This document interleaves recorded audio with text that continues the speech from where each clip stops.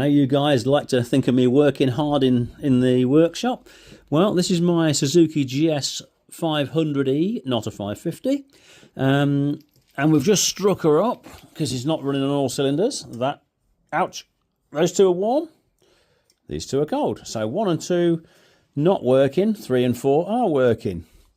So what do we reckon? Well, can't be the coils, because coils don't work that way. It'll be 1, 3, 2, 4. So it's got to be fuel or something else. So first job, we've taken out the plugs, and we're going to check them on my magic toy. You're going to like this. So this is my magic spark plug tester. It says so on it, doesn't it? Turn it on. 2 other plugs in there. That's up to 1,000 revs, and can you see the sparks? There you go. And turn it up and you can test it under load. And those 2 plugs are old and happy, so we take those out, put them out of the way. These are the 2 plugs out the bike, cylinders 1 and 2. Turn the electrodes around so we can see them. Yeah, even at 1,000 revs they're happy. That one could do with a clean. It's arcing off the side of the plug. This one's off the centre. Don't know if you can see that on here. Yeah, that one needs a proper clean. So I'll give it a clean, and then if that doesn't work, we'll just put a new plug in. I'm sorry there's not much to see this time. Well, I've taken all 4 of the plugs out. We've checked them all over thoroughly. And one of them, this one here, was not as good. It's only arcing from the side and it doesn't seem to be responding. So a dead plug's a dead plug. So we've put the plugs from 3 and 4 into 1 and 2. These are the cylinders that weren't working with plugs that we know were working. We've checked all the leads, everything's sparking, so that's good. So we've definitely got super duper plugs and spark here.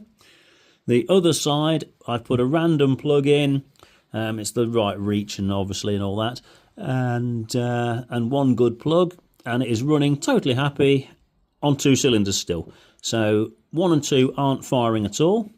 The good news is this is pointing at carburetors, and everyone hates carburetors. But the good news on this one is it might be something as stupidly simple as the balance, the screw between 1 and 2 carburetor and 3 and 4 carburetor.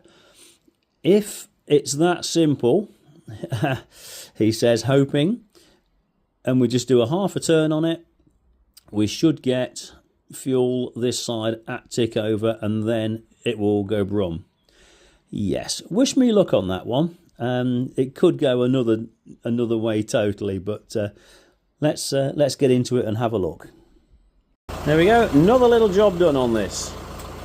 Oil light, and it goes off when you turn the engine over, and neutral light working.